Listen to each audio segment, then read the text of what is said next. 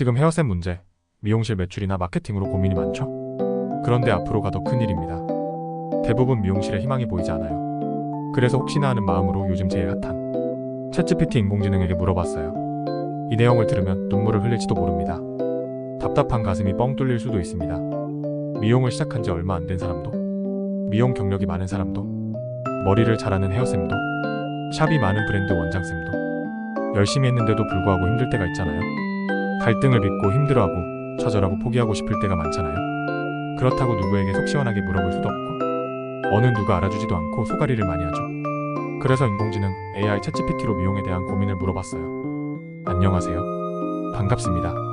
미용 AI 트렌드여 김신영입니다. 요즘 샵을 하는 미용실 원장님들의 하소연이 지금까지 미용을 하면서 이렇게 힘든 적이 없었는데 나만 힘든 것 같아요. 미용실이 힘들어서 안 하고 싶지만 자존심 때문에 누구에게 말도 못하고 있어요. 그리고 SNS 마케팅도 예전처럼 잘 안 되는 것 같아요. 마케팅이 너무 힘들어서 포기하고 싶기도 하지만 그래도 어쩔 수 없이 하고 있어요. 너무너무 힘들어요. 이런 말을 많이 듣고 있어요. 그래서 챗GPT로 미용실 문제를 물어봤어요. 첫 번째 질문은 고객이 줄어든 이유를 물어봤고, 두 번째는 신규 고객이 적은 헤어쌤이 성공하는 방법은, 세 번째는 고객과 미용사 모두 만족하는 합리적인 미용 요금은? 이렇게 세 가지에 대해서 질문을 했습니다. 궁금하시죠? 저도 무척 궁금했습니다. 약 4시간에 걸쳐 챗GPT에게 질문을 했고 결과를 얻었습니다. 답변이 충격적이었어요. 상상도 못했습니다.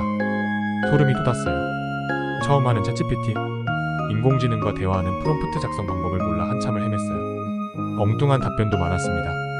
그런데 시간이 지날수록 미쳤구나 싶게 좋은 결과가 나왔어요. 그리고 앞으로 미용계가 완전히 다른 모습으로 변할 거라는 확신이 들었어요. 지금까지 최고를 달리던 대형 샵과 유명 브랜드, 그리고 디자인 능력이 뛰어난 전문 원장님, 미용 마케팅을 잘하는 원장님, SNS로 신규 고객을 많이 받던 헤어쌤 모두 난리가 날 것입니다.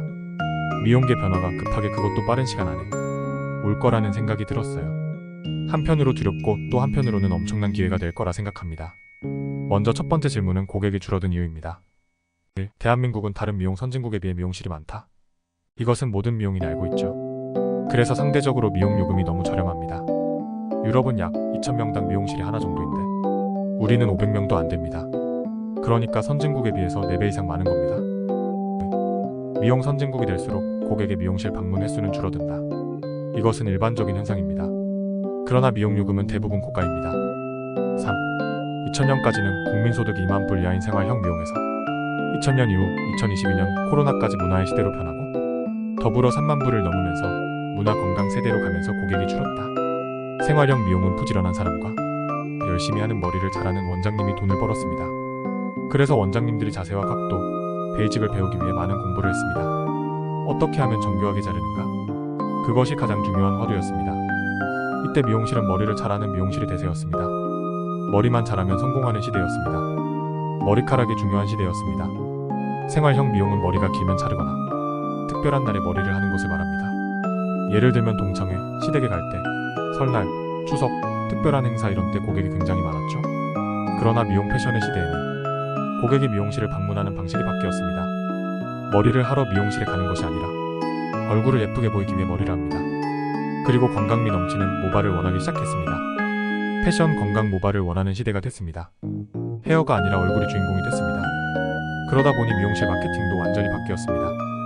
예쁜 모델이 필수가 되고 사진으로 SNS 마케팅을 하지 않으면 신규 고객을 받을 수가 없었습니다. 브랜드샵으로 신규 고객의 편중 현상이 너무 심했습니다. 그리고 얼굴에 대한 교육을 받지 않고 상담할 줄 모르면 알게 모르게 도태되어 버렸습니다. 미용 패션의 시대는 미용실 간 규모의 경쟁 시대였습니다.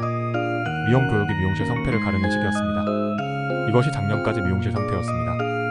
SNS와 사진 촬영하는 미용실이 대세였습니다. 4. 2023년에 들어와서 미용계뿐만 아니라 모든 소비 문화와 패션이 변하기 시작했습니다.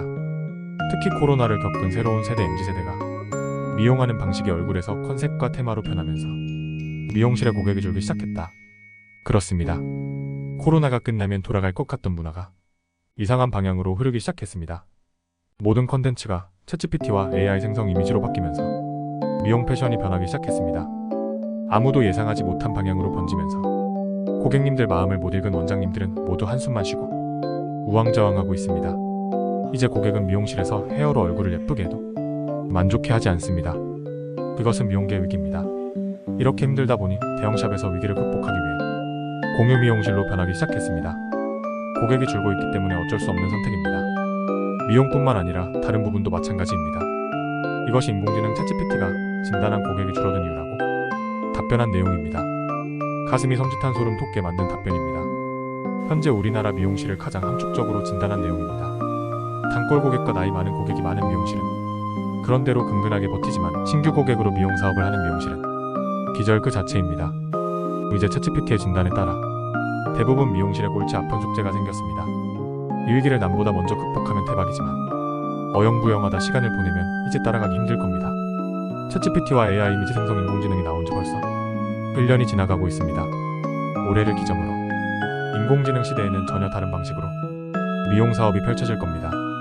챗GPT와 AI 이미지 생성 인공지능이 정확하게 예견하고 있습니다. 두 번째 질문, 신규 고객이 적은 헤어쌤이 성공하는 방법은? 사실 이 부분이 질문의 핵심 포인트였습니다.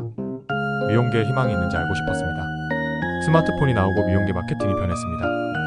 이때 남보다 먼저 SNS 마케팅을 한 원장님은 대박이 났죠. 차기 주자가 따라하려고 노력했지만 역부족이었습니다. 아마 이번에도 앞서가는 성공한 원장님은 감을 잡고 있을지도 모릅니다. 어렴풋이 눈치를 챘을 겁니다.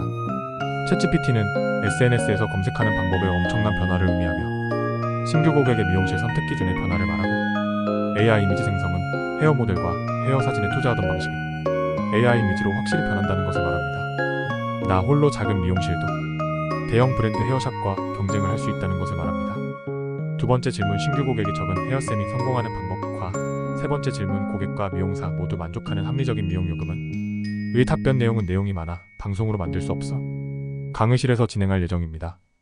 헤어쌤이나 원장님들이 편한 시간에 선택해서 수강할 수 있도록 유튜브 아래 더보기를 클릭하면 정보를 확인할 수 있습니다. 이제 신규 고객 걱정을 하지 않고 미용의 가치를 만들고 고객님들이 컨셉과 테마로 즐기는 미용을 상상해봅니다. 수강 신청과 미용 AI 트렌드 헤어 강사 모집, 미용 AI 트렌드 헤어를 볼 수 있는 사이트 주소를 등록했습니다. 필요한 분은 카톡이나 문자 주세요. 챗GPT와 AI 이미지 생성 인공지능으로 미용 사업을 한다고 생각하면 생소하기에 약간 두렵기도 하겠지만 사실해보면 너무 쉽습니다. 미용에 비하면 세 발의 피입니다. 너무 쉽고 편합니다. 중요한 것은 누가 먼저 할 것인가? 그것이 승부처입니다.